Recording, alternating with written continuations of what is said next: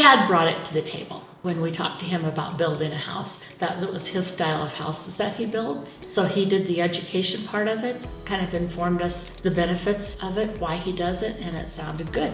We live on North Clark Avenue. Our house is a pretty simple retirement house, 3 bedrooms, 2 bath. We've got wood beams in the living room. We enlarged the kitchen and pantry because that's really kind of our gathering place.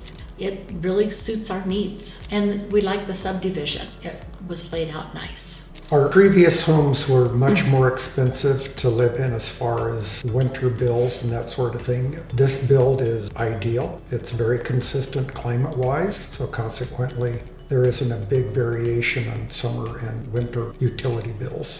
Sound-wise, it's excellent, absolutely. It's a very pleasant environment. Person doesn't hear hardly any exterior noises at all. And as far as like the Wyoming wind goes, it has to be really whistling to hear it. We usually don't hear any of the wind, and we don't get any breezes coming through windows. We don't have to worry about tornadoes and hurricanes and things of that sort. So to me, it's really not an item.